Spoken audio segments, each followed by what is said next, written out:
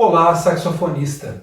Se você quer ter um som mais agradável no sax, melhorar a sua interpretação, entregar um serviço de melhor qualidade em casamentos, eventos, no grupo de música instrumental que você faz parte, na instituição religiosa que você frequenta, ou em qualquer lugar que você for tocar, hoje eu vou compartilhar com você informações que vão te ajudar a conquistar, através da compreensão e do exercício, uma sonoridade mais agradável no sax.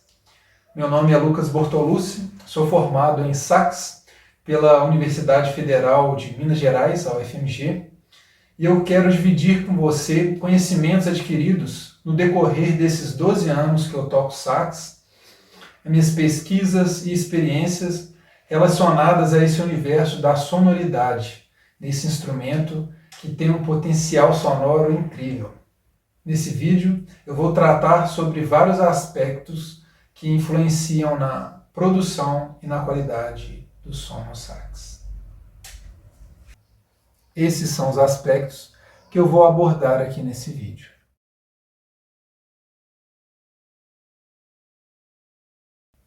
Antes de mais nada, eu quero ressaltar que tudo que eu vou falar aqui está relacionado à sonoridade do sax na música popular. Na música erudita, a estética e o conceito é diferente. Então, o primeiro aspecto que eu quero te falar, que influencia muito na qualidade do som, é a embocadura. A embocadura é a forma como a gente sopra no sax. E existem exercícios que te ajudam a encontrar os pontos na embocadura onde o som tem uma qualidade melhor. Eu gravei 2 vídeos que estão no meu canal em que eu explico detalhadamente esses exercícios. Se você não conhece, nunca praticou esse tipo de exercício, eles vão te ajudar a transformar o seu som. Esse foi o processo que eu passei. Então são exercícios só com a boquilha, exercícios de harmônico, que são a base para tirar os superagudos, exercícios de desafinação deliberada ou intencional, que é para trabalhar o timbre e a afinação, exercícios de tirar as notas graves apertando a chave do agudo, e ao contrário também, tirar as notas agudas sem apertar a chave de agudo, o exercício do ar quente, exercício com balão, entre outros. Tem também algumas dicas sobre como preparar a palheta antes de tocar, como obter melhores resultados com a palheta. E esse é o próximo aspecto que eu vou abordar, a palheta, que também influencia muito na qualidade do som. Basicamente, a gente tem as palhetas leves, médias e pesadas ou duras. Palheta leve, ela é boa se você estiver bem no começo mesmo, porque é mais fácil para tirar o som. E a gente já fica mais animado porque o som já está rolando. Mas com o passar do tempo, se você quiser um som com uma projeção e com timbre melhor, você precisa aumentar a numeração da palheta. Então você pode ir para uma 2 ou 2,5. A número 3, eu passei um bom tempo usando ela, mas eu sentia que tinha uma resistência, que eu precisava fazer um esforço, que na 2,5 e na 2 eu não precisava tanto, e ela me proporcionava ainda assim uma boa projeção, sem precisar de tanto esforço. Então atualmente eu uso uma palheta 2,5. e às vezes até a 2, por causa desse conforto que ela me proporciona. Mas também tem pessoas que usam a palheta com uma numeração mais pesada. Isso vai do gosto e também da boquilha. Se tiver uma boquilha mais fechada, uma palheta mais pesada vai cair bem. Ao contrário, se tiver uma boquilha mais aberta, uma palheta mais leve também pode cair bem. Uma palheta mais pesada com a boquilha mais aberta pode ficar um pouco mais difícil de tirar o som. Então eu vou te mostrar como que eu estou trabalhando aqui com minhas palhetas. Eu comprei uma caixa com 5 palhetas da Gonzales 2,5, com o corte francês, que é esse estilo aqui. Tem o corte americano também, né, que é esse. Essa é uma palheta da Ruler, que eu gosto muito também do timbre, do som. E geralmente na caixa vem palhetas com um som mais aberto, mais brilhante, e outras com som mais escuro ou mais opaco. Então, antes de experimentar elas, eu deixo alguns minutos em um copo com Listerine branco, que é uma dica do Josué Lopes. Na verdade, esse aqui é o menta suave, o certo é o Listerine branco. Eu senti que deu uma encorpada no som, então por isso que eu estou usando. Então eu deixo aqui alguns minutos para a palheta umedecer. Tá vendo como que ela fica encharcada por dentro? E antes de colocar na boquilha, eu limpo aqui na água natural para não ficar aquele gosto de Listerine na boca na hora que a gente for tocar.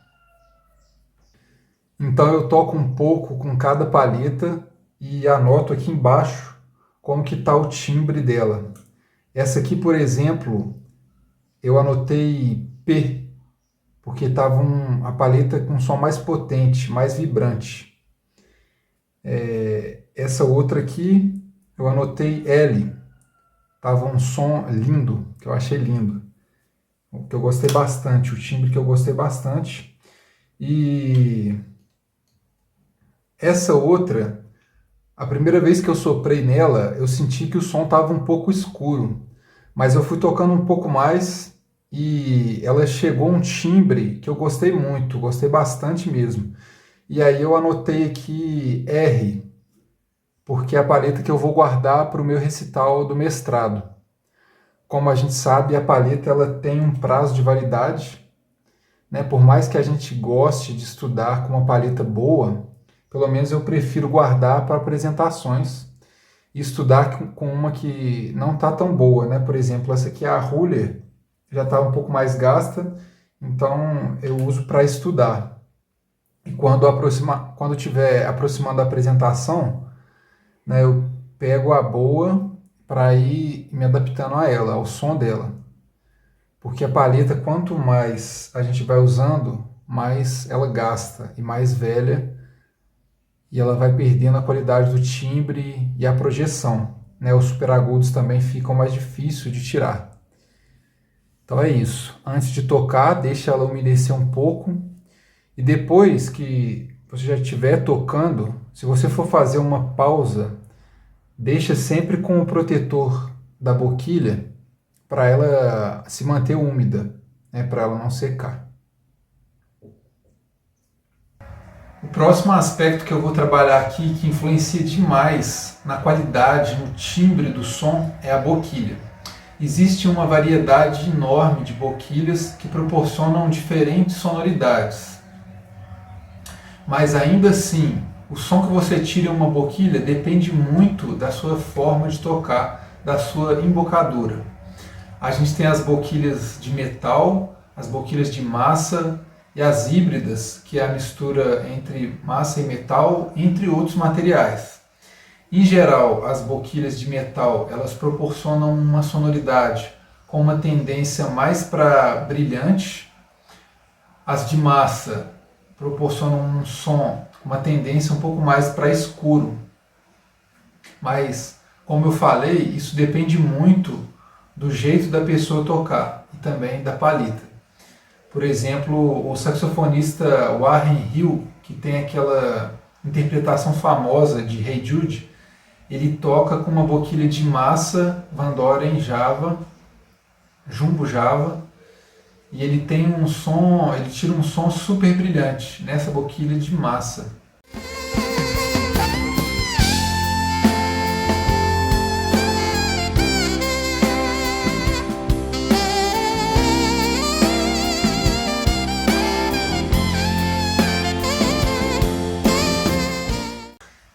Eu toquei bastante tempo com uma boquilha Otolink Tone Edge de massa, abertura 7, mas eu estava buscando um som um pouco mais brilhante. Então, experimentando algumas boquilhas, eu gostei bastante dessa aqui, que eu estou usando agora, que é a Durga TON, com abertura 7, e ela me proporcionou esse som um pouco mais brilhante. Então, encontrar uma boa combinação de boquilha mais palheta é uma pesquisa mesmo, porque isso varia muito de gosto e de identificação de cada um, né? E esse é o próximo aspecto que eu vou falar aqui, que são as suas influências e o som que você busca. Eu particularmente busco no meu som uma expressão de beleza, que é um assunto um pouco polêmico, né? O que é o belo? Eu vejo como algo que gera encantamento, mas há uma variedade de timbres bonitos de sax, e cada um vai se identificar com aquele que gosta mais e encontrando as suas referências, a sua maneira pessoal de se expressar. Eu gosto muito do som e da maneira de interpretar do saxofonista gospel Kirk Whalum.